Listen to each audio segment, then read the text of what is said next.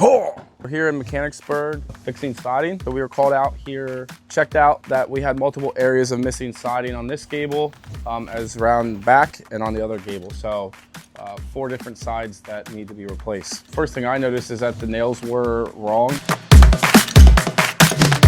And then also that the pieces started breaking off pressure. So like bowing kind of starts happening when the pieces get stressed. So the plan moving forward would be the guys are installing the new siding, installing it the proper way. This is gonna prevent the water to go inside this little gap right here. Let's say I put my siding against. Now there's a gap here. Water could run right behind this versus I put the piece of metal. The water's gonna slide right on top of it. Go around the whole house and any loose siding would get fixed, put back in place. So we're up here on the roof looking at the wall, proper nailing with the proper style nails for Hardie siding. Some new pieces, get all this ran in, we'll be done.